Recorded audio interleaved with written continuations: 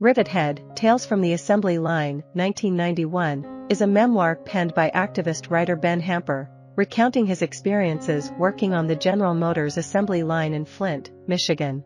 The book delves into Hamper's years at the factory, leading up to his eventual job loss due to mass layoffs. It begins with Hamper shedding light on the workers' practice of smuggling radios onto the assembly line to enjoy music during work hours. These radios often tune into the tunes of classic rock legends referred to as dead rock stars, such as Lynyrd Skynyrd, Jimi Hendrix, The Doors, and Janis Joplin. Although radios are officially prohibited on the assembly line, management tends to turn a blind eye as long as workers make an effort to conceal them, as they are believed to consume the company's electricity. Hamper then takes readers back in time to his initial visit to the GM factory, accompanying his father on family night. The overwhelming noise, intense heat, foul odors, and monotonous work leave a lasting impression on young Ben, fueling his determination to avoid following in the footsteps of his father and grandfather who worked in the same industry. Hamper's father, burdened by the stress and unfulfillment of his job, is depicted as an alcoholic lacking ambition, an aspect that Ben partly attributes to his demanding work environment.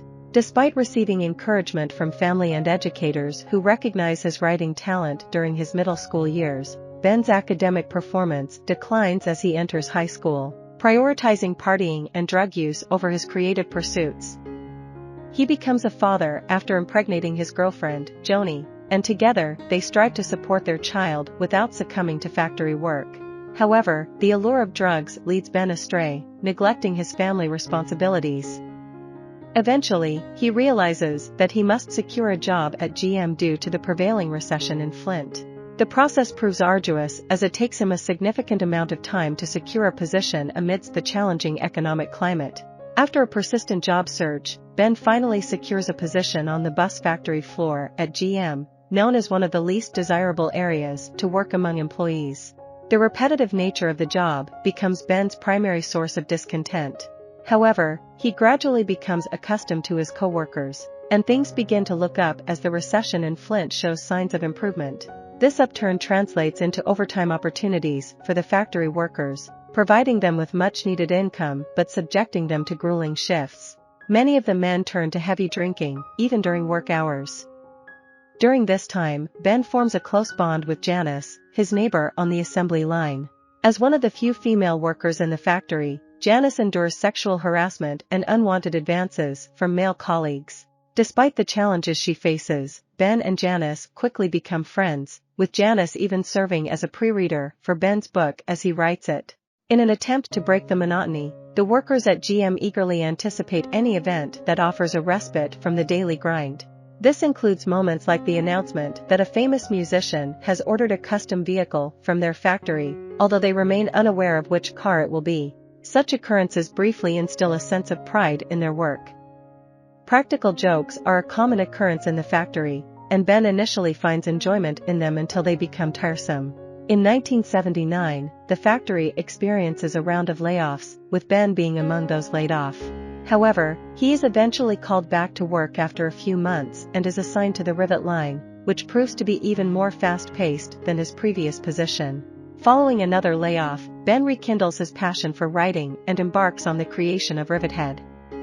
After almost a year, he is rehired by GM, and his stories circulate within the plant. Ben's work also catches the attention of Harper's Magazine, where he starts writing a regular column about his experiences. His column gains popularity, leading to an offer from Michael Moore for a paid writing job at Mother Jones.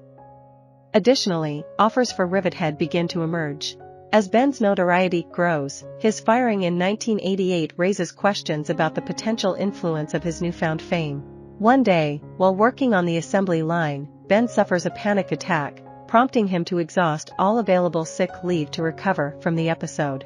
Despite attempting various medications, Ben remains reluctant to seek treatment at a mental health facility.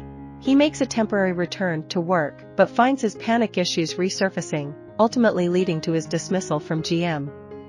In the epilogue, Ben reflects on his experiences after leaving the factory. He shares that he has been attending group therapy, where the participants engage in calming activities like mini golf. However, even in these moments, Ben's mind frequently drifts back to memories of the factory and how certain aspects of life continue to evoke reminders of his time on the assembly line.